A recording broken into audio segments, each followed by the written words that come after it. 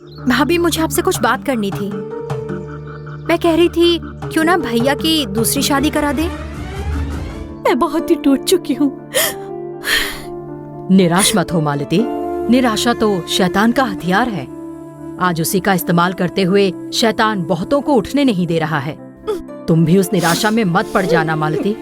क्या आपको बच्चा नहीं हो रहा है? क्या डॉक्टर कहते हैं कि ये संभव नहीं? क्या आप निराश हो चुके हो? निराश मत होइए, परमेश्वर आपको बल देंगे। आपके गर्भ को वो बल देंगे। उसमें एक संतान को उत्पन्न करना परमेश्वर से संभव है। संसार कहता है ये संभव नहीं, पर बाइबल में लिखा है कि ऐसा कुछ भी नहीं है जो परमेश्वर से संभव नहीं।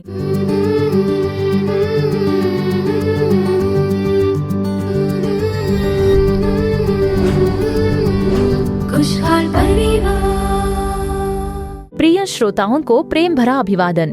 इस खुशहाल परिवार कार्यक्रम के द्वारा आपसे दोबारा मिलकर हमें बहुत ही खुशी हो रही है। परिवार को बनाने में कलीसिया में बेदारी ले आने के लिए स्त्रियों का बहुत बड़ा भाग होता है और उसी दर्शन के साथ भाई मोहन सी लाजरस प्रार्थना के साथ इस कार्यक्रम का आयोजन कर रहे हैं और आज हम लोग उसके लिए प्रार्थना करेंगे जिस चीज के लिए आप कई सालों से इंतजार कर रहे हो और आपको वो चीज अभी तक नहीं मिली है। हम जिसे विश्वास के पिता मानते हैं, उस अब्राहम को परमेश्वर ने दर्शन दिया और कहा कि तेरी ढाल और तेरा अत्यंत बड़ा प्रतिफल मैं हूँ। आकाश और पृथ्वी के सृष्टिकर्ता परमेश्वर ने मुझे दर्शन दिया है। इस बात की उनमें ज्यादा खुशी तो नहीं दिखी, पर उन्होंने पूछा कि आप मुझे अपने दास को क्या दोगे? मैं तो निसंतान हूँ। ऐसा उन्होंने निराशा जाहिर की। हमारे परमेश्वर आशीष प्रदान करने वाले हैं। वो परिवारों में प्रकाश उत्पन्न करते हैं। तब परमेश्वर ने कहा कि आकाश की ओर दृष्टि कर और तारागण को गिन। क्या तू उनको गिन सकता है? तो तेरा वंश भी ऐसा ही होगा। ऐसे परमेश्वर ने अब्राहम को आशीष दी और उनके निराशा को बदल दिया। आज वही परमेश्वर आपको और आपके वंश को आशीष देने जा रहे हैं और उसी के लिए हम प्रार्थना करेंगे। लेकिन उससे पहले आइए देखते हैं ज्योति बहन कार्यक्रम। खुशहाल परिवार।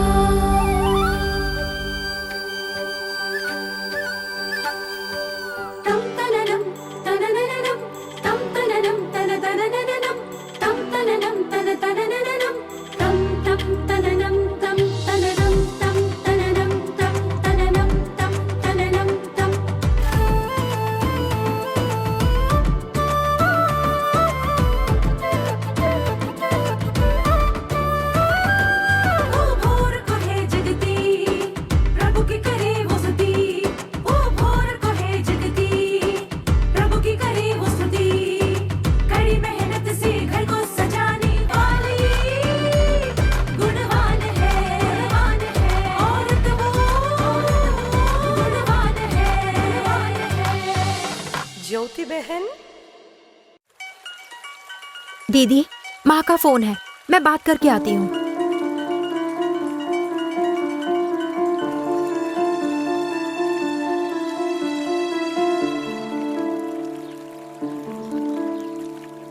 सॉरी दीदी, माँ का फोन आया था। कोई बात नहीं जेंसी, तुम एक होनहार लड़की हो, लेकिन कुछ बातें तुम्हें समझ में नहीं आई।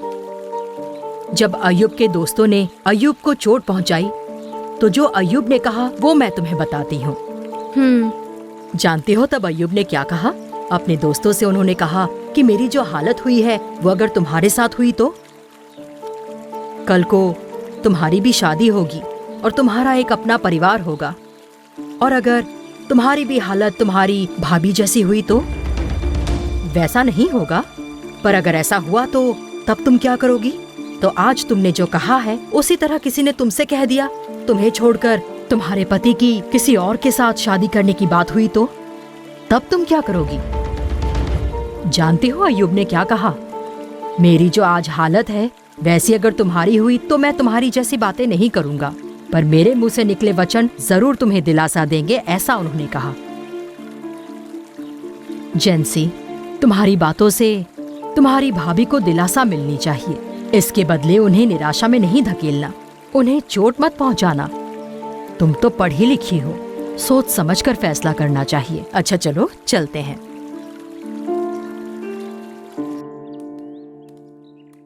बस इतनी सी बात थी। ये तुम लोग क्या करते हो? ऐसे ही घूमते रहे तो कैसे चलेगा? तो आप क्या चाहते हो हम करें? कोई नौकरी धंधा ढूंढकर लाइफ में सेटल हो जाओ ना। पर क्यों? तभी तो मैं तुम लोगों के लिए कोई अच्छी लड़की ढूंढ कर। 4 पैसे कमा लोगे, है कि नहीं? अरे नहीं नहीं, मैं कह रहा था कि मुझे भी खुशी होगी ना। अच्छा मुझे बताओ ना, तुम लोगों के पास नौकरियां है, ना ही तुम्हारी शादी हुई है, लेकिन फिर भी तुम लोग कभी निराश नहीं होते, वो कैसे? वो हमारे अंदर कोई रहता है, वो सब आप नहीं समझोगे। अच्छा मैं नहीं समझूंगा। अभी नहीं समझोगे, जब वक्त आएगा तब समझ जाओगे। तो चले हम लोग। ये लड़के आखिर कहना क्या चाहते हैं? मैं नहीं समझूंगा हैं?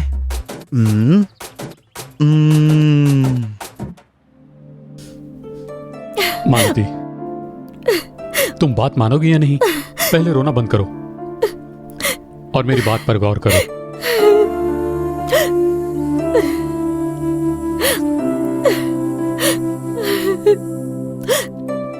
मालती, तुम रोना बंद करो। ऐसे कैसे मैं ना रोऊं दीदी? मैं तुम्हारा दर्द समझ सकती हूँ। उसने बिना सोचे समझे बोल दिया। नहीं दीदी, बात सिर्फ इतनी सी ही नहीं है।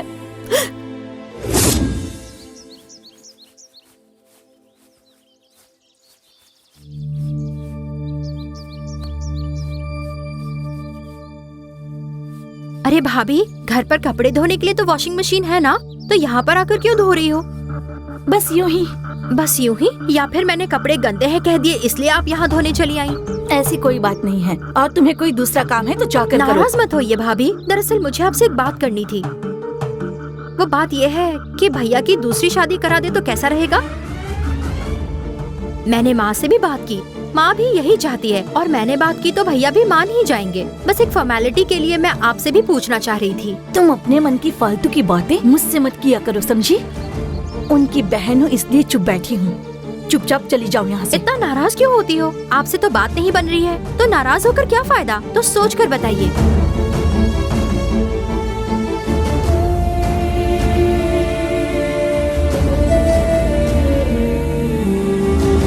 मालती, उसने कह दिया तो क्या मैं तुम्हें छोड़कर कोई दूसरी शादी करूंगा? तुम भी ना मालती। अब मैं सहन नहीं कर पाऊंगी, मैं बहुत ही टूट चुकी हूँ। निराश मत होना मालती, हमारे परमेश्वर है ना, वो इंसान से कहीं बड़े हैं। हन्ना की भी यही हालत हुई थी ना। कितनी सारी बातों ने उसके दिल को भी पूरी तरह तोड़ दिया था, लेकिन फिर भी परमेश्वर उसके संग थे। तुम्हारी तरह हन्ना भी निराशा में पड़ गई थी, लेकिन उसने परमेश्वर को अच्छी तरह से थाम लिया था। अगर तुमने निराशा को जगह दे दी तो कोई फायदा नहीं। तुम एक बांझ को माता बनाने वाले परमेश्वर की ओर देखो। निराशा तो शैतान का हथियार है, और आज वो उसका इस्तेमाल करके कई लोगों को उठने ही नहीं दे रहा है। तुम उस निराशा में बिल्कुल भी मत पड़ना मालती। एलिया भी इजेबेल की बातों से निराश हो गए थे, पर परमेश्वर की बातों ने उन्हें दिलासा दिया था। निश्चय ही तुम्हें भी प्रभु की बातें दिलासा देगी, बल प्रदान करेगी। तो निराश मत होना। तुम रोना मत। भाई साहब, आप रिश्ते जोड़ते हो ना? हाँ हाँ, नहीं तो मुझे देखकर तुम्हें क्या लगा? इन्हें देखकर मुझे शक हो रहा है। नहीं, मैं शादी के लिए लड़की ढूंढ रहा हूँ। जरूर ढूंढ देंगे, पर किसके लिए? तुम्हारे भैया के लिए? भाई साहब, मेरी शादी के लिए लड़की चाहिए। अरे तुम्हारी शादी के लिए? स्कूल जाने की उम्र में तुम शादी के लिए लड़की ढूंढ रहे हो? भाई साहब, मेरी उम्र 26 हो चुकी है, मैं कोई स्कूल नहीं जाता। 26 साल के हो तुम? मैं कितने लोगों को बना चुका हूँ, और तुम मुझे ही बनाने चले। अरे भाई साहब, सच में मेरी उम्र 26 ही है। अच्छा। और भाई साहब, आप छोटे बच्चे से क्या जबान लड़ा रहे हो? भैया, मैं छोटा बच्चा नहीं हूँ, मेरी उम्र 26 हो चुकी है। 26 साल का है तू? हाँ, उसी के बारे में तो मैं इसे पूछ रहा था। बेटा, कल अपना आधार कार्ड, राशन कार्ड सब लेकर आना, ठीक है? सिर्फ कुंडली की जरूरत होती है ना? आधार कार्ड और राशन कार्ड का क्या करोगे? उसी से तो उम्र का पता चलेगा। ठीक है भाई साहब, चलता हाँ हूँ। हाँ ठीक है, मिलते हैं। ऐसे करते रहे ना तो बचोगे नहीं, संभल कर, कहीं पुलिस अरेस्ट न कर ले आपको। क्यों करेंगे? आप बच्चों की जो शादी करवा रहे हो? हाँ, पहले तो इनसे बचना होगा, यही मुझे पुलिस में पकड़वा देंगे। ये लीजिए।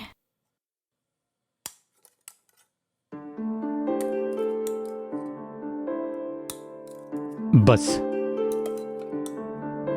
आपकी बहन खाने पर नहीं आई? उसे भूख नहीं लग रही। जंसी, आओ नाश्ता कर लो। तुमसे ही कह रही हूँ, नाश्ता कर लो। मुझे माफ कर दीजिए भाभी, मैंने आपको बहुत चोट पहुंचाई। सॉरी भाभी। कोई बात नहीं, तुम अभी नादान हो इसलिए शायद बोल दिया। मैंने तुम्हारी बातों का बुरा नहीं माना।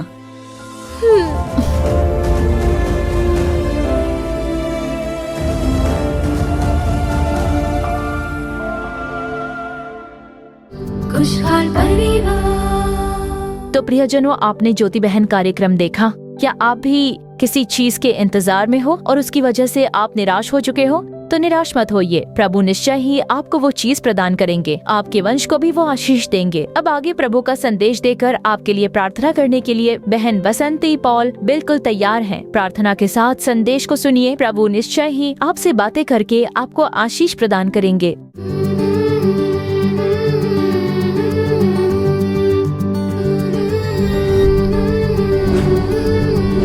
खुशहाल परिवार। मसीह में हमारे प्रियजनों, प्रभु यीशु मसीह के महान नाम में कार्यक्रम देखने वाले आप हर एक को प्रेम भरा अभिवादन। आप लोग कैसे हो?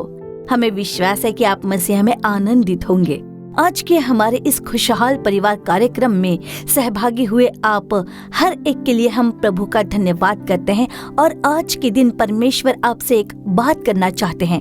वो कहते हैं कि निराश मत होना। निराशा एक अत्यंत घातक हथियार है। देखिए, निराशा ने कितने ही महान व्यक्तियों को, कितने ही बड़े सेवकों को और कितने ही शक्तिशाली भविष्यवक्ताओं को भी निराशा के प्रहार से थका कर कमजोर बना दिया था। हम बाइबल में पढ़ते हैं, हम संसार की बातों को सुनते हैं। देखिए, प्रार्थना करने वाले बच्चे भी कई बार थक कर हार मान लेते हैं और वो प्रार्थना नहीं कर पाते। प्रार्थना करते करते सोचते हैं कि मेरी जिंदगी में मैंने क्या देखा है, कोई भलाई तो मैंने अनुभव नहीं की। किसी विषय को लेकर शुरुआत में बहुत ही प्रार्थना करते हैं, बार बार परमेश्वर की उपस्थिति में दौड़ते हैं, लेकिन जब वे भलाई हमारे जीवन में नहीं आती तो हम थक कर निराश हो जाते हैं। प्रार्थना से क्या होता है? पवित्र जीवन जीकर क्या पाया मैंने? यीशु यीशु कहते हुए बाइबल लेकर दौड़ते रहे, पर क्या पाया? अब तो मैं प्रार्थना करना भी छोड़ चुका हूँ, ऐसा कहते हैं। ऐसे शब्द हमारे मुंह से कैसे निकलते हैं? ये निराशा से भरे हुए शब्द हैं। मेरे प्रिय परमेश्वर के बच्चों, आपको एक बात जाननी चाहिए कि शैतान हमें प्रभु से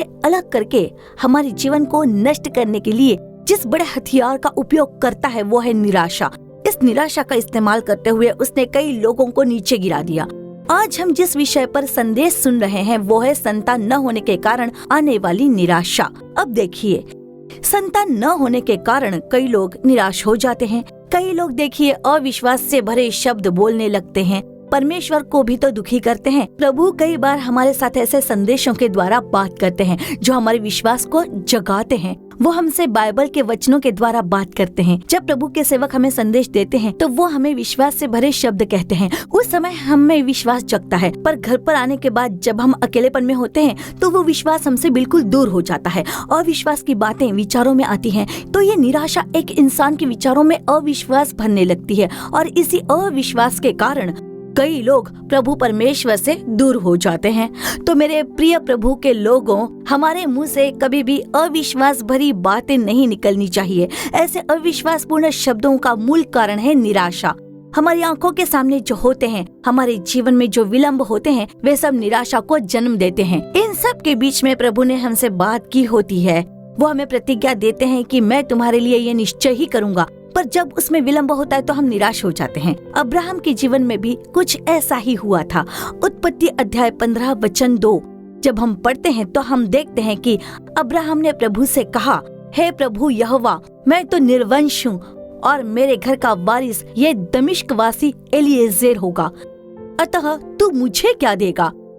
परमेश्वर कहते हैं, अब्राहम तू डर मत, मैं तेरी ढाल और अत्यंत बड़ा प्रतिफल हूँ। प्रभु बहुत खुश होकर अब्राहम से बातें करते हैं, पर अब्राहम बड़ी निराशा में पड़ा हुआ है। वो कहता है, ये क्या प्रभु, आपने तो मुझे संतान ही नहीं दी। इस तरह वो बड़े ही निराशा भरे शब्द कहता है। परमेश्वर की ओर से एक आश्वासन का वचन आता है। जब हम थक कर हार मान लेते हैं तब हमें विश्वास से भरे वचन बोलने चाहिए। तो अब्राहम वहाँ ऐसी बातें करता है। जब हम तीसरे वचन को देखते हैं, अब्राहम फिर से कहता है कि मुझे तो तूने वंश नहीं दिया, और क्या देखता हूँ कि मेरे घर में उत्पन्न हुआ एक जन मेरा वारिस होगा। अब देखिए, वो बहुत ही निराशा में था, इसलिए उसके मुंह से हमेशा निराशा भरे वचन निकलते थे। परमेश्वर स्वयं प्रकट होकर अब्राहम से बात करते हैं। देखिए कितना बड़ा सौभाग्य है, कितनी बड़ी आशीष थी वो। लेकिन अब्राहम के अंदर जो निराशा थी कि उसे संतान नहीं मिली, वही निराशा बढ़कर प्रभु से ऐसा बोलने को प्रेरित करती है, हे प्रभु, तूने मुझे क्या दे दिया है? तू क्या करने वाला है प्रभु? मेरी ढाल बनकर क्या फायदा है? मेरे लिए अत्यंत बड़ा प्रतिफल होकर क्या फायदा है? मेरी तो संतान ही नहीं, तूने मुझे संतान दी ही नहीं। ऐसी निराशा की भावना आ जाती है उसके अंदर। लेकिन प्रभु उसे वहीं नहीं छोड़ देते। आगे वचन 4 में कहा गया है, तब यहोवा का ये वचन उसके पास पहुँचा, ये तेरा वारिस न होगा, तेरा जो निज पुत्र होगा वही तेरा वारिस होगा। और उसने उसको बाहर ले जाकर कहा, आकाश की ओर दृष्टि करके तारागण को गिन, क्या तू उनको गिन सकता है? फिर उसने उससे कहा, तेरा वंश ऐसा ही होगा। और तब प्रभु उसे ये प्रतिज्ञा देते हैं, और तब उसने यहोवा पर विश्वास किया। ऐसा लिखा गया है वचन 6 में। और यहोवा ने इस बात को उसके लेखे में धर्म गिना। उत्पत्ति अध्याय 21 उसके पहले और दूसरे वचन में जब हम लोग पढ़ते हैं तो वहाँ पर साफ साफ लिखा गया है, यहोवा ने जैसा कहा था वैसा ही सारा की सुधि लेके उसके साथ अपने वचन के अनुसार किया। सारा अब्राहम से गर्भवती हुई और उसके बुढ़ापे में उसी नियुक्त समय पर जो परमेश्वर ने उससे ठहराया था, एक पुत्र उत्पन्न हुआ। क्या आप निराशा में हो कि बच्चा नहीं है? कितने साल हो गए? 25 साल हो गए, 30 साल हो गए हैं, 15 साल हो गए हैं, संतान होने की कोई संभावना नहीं लगती? क्या आप लोग इसी तरह से सोच रहे हो? तो मेरे प्रिय प्रभु के लोगों, एक बहन आई थी प्रार्थना करवाने के लिए। उस बहन से जब मैं बात कर रही थी तो पता चला कि उनकी संतान नहीं है। देखिए, उनके पड़ोस के घर में एक बच्चा था और वो बच्चा बार बार उनके घर आता था।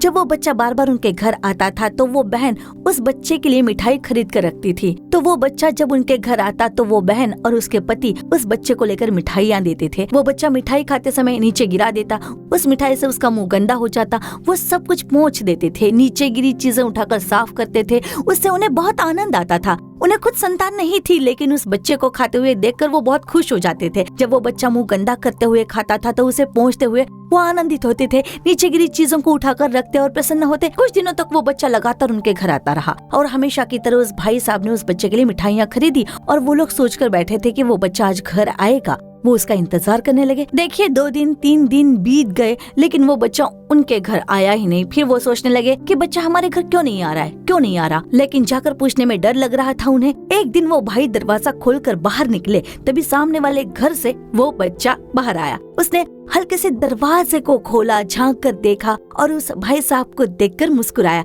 तब उस भाई साहब ने उससे पूछा, तो हमारे घर क्यों नहीं आया 2 दिन से? बच्चे ने जवाब दिया कि मेरी माँ ने कहा वहाँ नहीं जाना है। तुरंत उस भाई को ऐसा लगा जैसे वे फूट फूट कर रो पड़े। वे घर के अंदर गए और रोने लग गए थे। हे प्रभु, आपने हमें तो हमारी संतान नहीं दी। इस बच्चे को देखकर हम लोग बहुत ही खुश होते थे। मैं और मेरी पत्नी बहुत ही खुश रहते थे, पर उस बच्चे को भी आपने हमसे दूर कर दिया। हमारा जीवन ऐसा क्यों है? ऐसा उन्होंने रोते हुए प्रभु से प्रार्थना की, पर प्रभु ने उनका साथ नहीं छोड़ा। आज परमेश्वर ने उस परिवार में एक बच्चे की आशीष दी है। कितनी बड़ी खुशी की बात है मेरे प्रभु के लोगों। जिस प्रभु ने अब्राहम को आशीष दी, जिस अब्राहम को बच्चे की आशीष दी, हन्ना को संतान की आशीष देने वाले परमेश्वर, राहेल को स्मरण करने वाले प्रभु आपके भी संग हैं। आप निराश मत होइए। जिस तरह उस बहन ने कहा था कि हमारी कोई संतान नहीं है और वेदना में थी, हो सकता है आप भी पति पत्नी आज रो रहे होंगे, निराशा में होंगे। आप कह सकते हो कि अब कुछ नहीं हो सकता, मेरा गर्भ तो मर चुका है, अब कोई रास्ता नहीं है, ऐसा सोचते होंगे। पर वचन कहता है वो थके हुओं को बल देता है और शक्तिहीन को बहुत सामर्थ्य देता है। इसे हम यशाया भविष्यवक्ता की किताब अध्याय 40 और वचन 29 में पढ़ते हैं। क्या संतान होना असंभव है? क्या डॉक्टरों ने कह दिया कि ये संभव नहीं? क्या आप निराशा में हो? निराश मत होइए, प्रभु आपको बल देंगे, आपके गर्भ को आशीष देंगे। उसमें एक संतान को उत्पन्न करना प्रभु से संभव है। संसार कह सकता है कि संभव नहीं, पर बाइबल कहती है ऐसा कुछ नहीं जो परमेश्वर से संभव नहीं है। सिर्फ संतान की आशीष ही नहीं, क्या आप लोग कर्ज में डूबे हुए हो? क्या अपने बच्चों की शादी को लेकर आप चिंतित हो? परिवार को चलाने के लिए आमदनी नहीं है, सही नौकरी नहीं है, नौकरी ढूंढ ढूंढ कर मेरे पैर थक चुके हैं पर कोई फायदा नहीं हो रहा, उम्र भी बढ़ती जा रही है, ऐसी निराशा में हो क्या? तो निराश मत होइए, आपके कर्ज की समस्या प्रभु दूर कर देंगे, आपको संतान की आशीष देकर आपके वंश को बढ़ाएंगे प्रभु। निराश मत होइए, आइए प्रार्थना करें। जो भी थक चुके हैं वे सब प्रभु की ओर देखें, घुटनों पर गिरकर आंसुओं के साथ हम प्रार्थना करेंगे। जो निराशा को बदलते हैं, जो सामर्थ्य देते हैं, जो आपको आशीर्वाद देते हैं, आइए उससे प्रार्थना करें।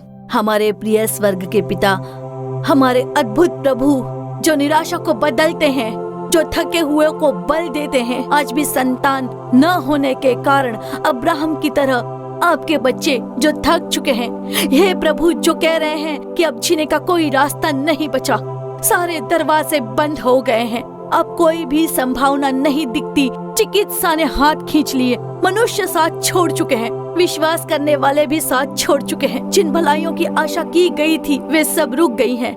देखिए इस भाई को जो निराश होकर चार दीवार के भीतर बंद हो गए हैं, जो टूटकर बिखर गए हैं। प्रभु देखिए इस बहन को जो कहती है मेरा गर्भ मर चुका है, क्या हमारा कोई बच्चा होगा, ऐसे सोचने वाली उस बहन को देखिए प्रभु।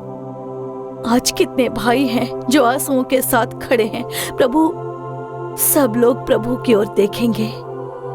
हे परमेश्वर, आप दीन दुखियों को सांत्वना देने वाले परमेश्वर हो। आज वे आंसुओं के साथ खड़े हैं क्योंकि संसार ने उन्हें अपमानित किया है, वे थक कर टूट कर पड़े हैं प्रभु। प्रभु प्रेम पूर्वक उन्हें उठाइए, उनकी निराशा को बदल दीजिए प्रभु। जैसे उस दिन आपने एलिया के पास जाकर अपने स्वर्ग दूत को भेजा, जैसे आपने उसकी निराशा को पूरी तरह से बदलकर उसे दौड़ने की सामर्थ्य दी थी, वैसे ही अनुग्रह आज इन लोगों को भी देने के लिए हम प्रार्थना करते हैं पिता। हे पिता, चाहे निराशा का कारण कुछ भी हो, संतान का अभाव हो, कर्ज की समस्या हो, कोई हार या पराजय या फिर संकट, कोई भी परिस्थिति क्यों न हो, आज आप सब कुछ बदल दीजिए प्रभु। हम आपके चरणों में समर्पण करके ये प्रार्थना करते हैं, आप हमें सामर्थ्य दीजिए। आप निश्चय ही आशीर्वाद देने वाले परमेश्वर हैं, वृद्धि देने वाले परमेश्वर है, आशीर्वाद में स्थिर करने वाले परमेश्वर हैं। आपकी प्रतिज्ञा के अनुसार आज हम ये देख रहे हैं, जो बच्चे थक चुके हैं उन्हें आप बल दीजिए प्रभु, उन्हें अपने महान आशीष से भर दीजिए, उन्हें बढ़ाइए, उन्हें आशीर्वाद में स्थिर कीजिए। है पिता, हमारी यही प्रार्थना है प्रभु, आपने ऐसा किया है उसके लिए आपका धन्यवाद। आज हम विश्वास करते हैं कि आपने हर एक व्यक्ति के जीवन में एक अद्भुत कार्य कर दिया है और हमारे प्रार्थना सुनने वाले प्रभु को धन्यवाद। हे पिता, इन सब बच्चों को आपके लिए गवाही के रूप में खड़ा करने के लिए धन्यवाद। यीशु मसीह के नाम में प्रार्थना करते हैं हमारे अच्छे पिता, आमीन आमीन। खुशहाल परिवार। प्रियजनों, हमारी आशा है कि आज का ये कार्यक्रम आपके लिए जरूर उपयोगी रहा होगा। आपने जो भलाई और आशीष को पाया है उसे हमें जरूर बताइएगा। हमारे Jesus redeems social media platform के दूसरे कार्यक्रमों को देखना बिल्कुल भी भूलिए मत। विशेष करके आओ प्रार्थना करें और अद्भुत पर्व कार्यक्रम अपने परिवार समेत इस कार्यक्रम में आप लोग भाग लीजिए। बच्चों के लिए भी हमारे सोशल मीडिया में कई सारे कार्यक्रम हैं। अपने बच्चों को भी उसमें भाग लेने के लिए उत्साहित करें। शनिवार और रविवार को आओ प्रार्थना करें कार्यक्रम अपने परिवार समेत देखना बिल्कुल भी भूलिए मत और परमेश्वर की आशीष को प्राप्त कीजिए। तो जल्द ही आपसे हमारे दूसरे कार्यक्रमों में फिर से मुलाकात होगी। तब तक प्रभु की महान कृपा आपके संग बनी रहे। For further details and prayer support, contact Jesus Redeems Ministries, Nallumavadi, Tuticorin District, 628211. Our phone number 04435454545. Email info@jesusredeems.org. Our website www.jesusredeems.com. God bless you.